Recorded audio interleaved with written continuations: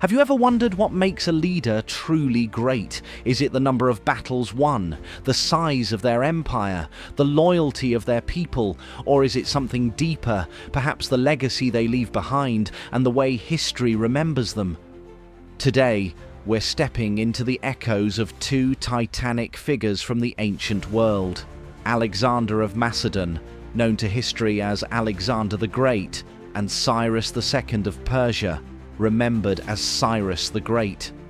Two men separated by more than 2 centuries, but bound by ambition, brilliance, and a lasting mark on the world.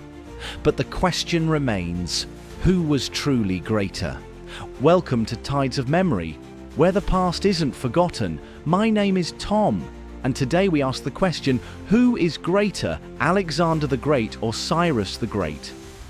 Would you like to see a deep dive about the Persian Empire or about Alexander the Great? I made separate videos about these subjects. Link is in the description or here on the screen. I really recommend to watch these after this video. If you like my work and want to support me, think about subscribing to the channel. Now let's dive into the video. Let's begin with Alexander, the boy king whose name still rings through time like the clang of bronze on a battlefield. Born in 356 BCE in the ancient kingdom of Macedon, he was tutored by none other than Aristotle. The philosopher who taught ethics and politics also shaped the mind of the most formidable military commander the world had ever seen. By the age of 20, Alexander inherited his father's throne, and in just over a decade, he would reshape the ancient world forever. He crossed the Hellespont into Asia Minor with a relatively modest force, but what he lacked in numbers he made up for in strategy, charisma, and sheer will. He defeated the Persian king Darius III in a series of stunning battles, Granicus, Issus, and finally Gaugamela. From there he swept through the Persian heartland into Egypt and even as far as the Indus Valley. He never lost a battle, not once. His name became synonymous with victory.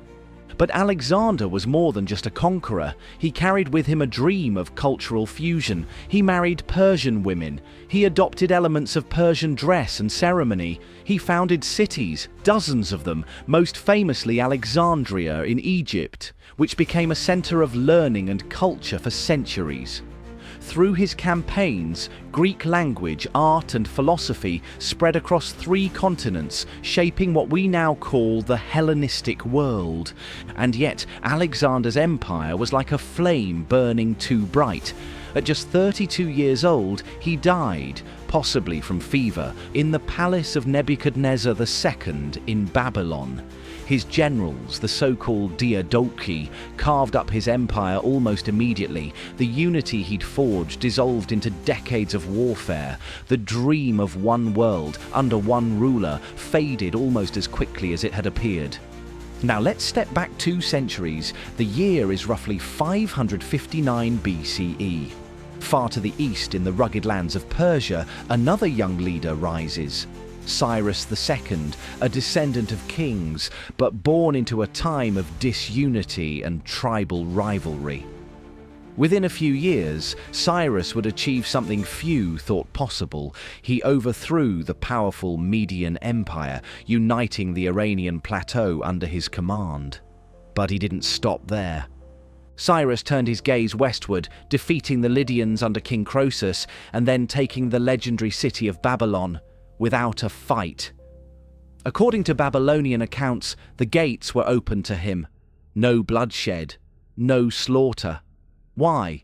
Because Cyrus was seen not as a conqueror but as a liberator. The Cyrus cylinder, a baked clay artifact now held in the British Museum, records his own account. He speaks of restoring temples, respecting local gods, returning displaced peoples to their homelands. This includes the Jews, who were allowed to return to Jerusalem and rebuild their temple, a decree recorded not only in Persian documents, but in the Hebrew Bible. For this, Cyrus is one of the few non-Jews referred to in the Old Testament as the Lord's anointed. While Alexander conquered with speed and brilliance, Cyrus built with patience and wisdom. He established a system of satrapies, governors with regional autonomy under imperial rule.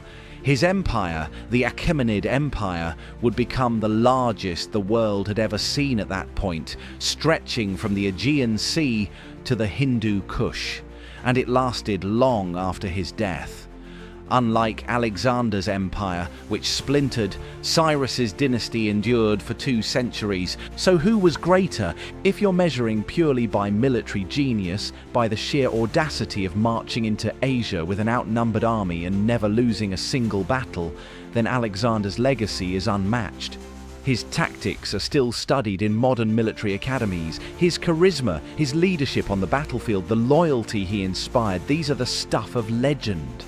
But if you judge greatness by vision, by moral authority, and the ability to govern a vast and diverse empire, not just through fear but through respect, then Cyrus may well take the crown.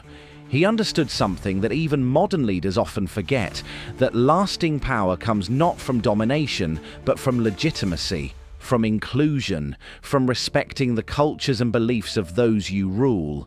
It's also worth noting how each man has been remembered by posterity. Alexander's fame is universal, but it is often tinged with tragedy. A blazing comet that shone too brightly only to vanish. His death led to chaos, his empire fractured, and despite his dream of unity, much of what he built dissolved within a generation.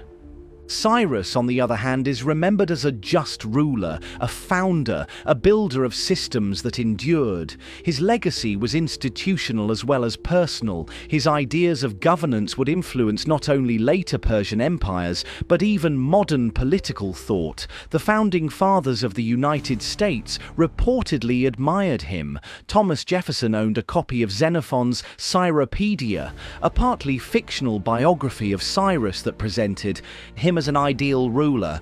Even in death, their stories diverge. Alexander's body was embalmed in honey and taken on a grand funeral procession, only to be lost to history. His final resting place remains a mystery. Cyrus was buried in a modest tomb at Pasargadae, a simple stone structure that still stands today, weathered but enduring, a symbol of humility and permanence. So again we return to the question, who was greater? Perhaps the truth is that they were great in different ways.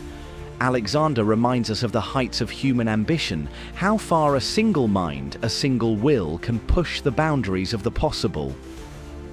Cyrus teaches us about wisdom in leadership, about the strength found in tolerance, respect, and unity. And maybe that's the real lesson here, that greatness is not one thing, it is not just conquest, not just empire, it is the ability to shape the world and to leave something behind that matters, not just to those who remember your name, but to those who live in the systems, ideas and freedoms you made possible. Who do you think was greater? Is being loved by the people more important than conquest? Let me know in the comments. Thank you for watching Tides of Memory. If you enjoyed this video, don't forget to like, comment and subscribe for more historical deep dives into the tides of history. Don't forget to check out my YouTube channel for more content like this. And as always, stay curious.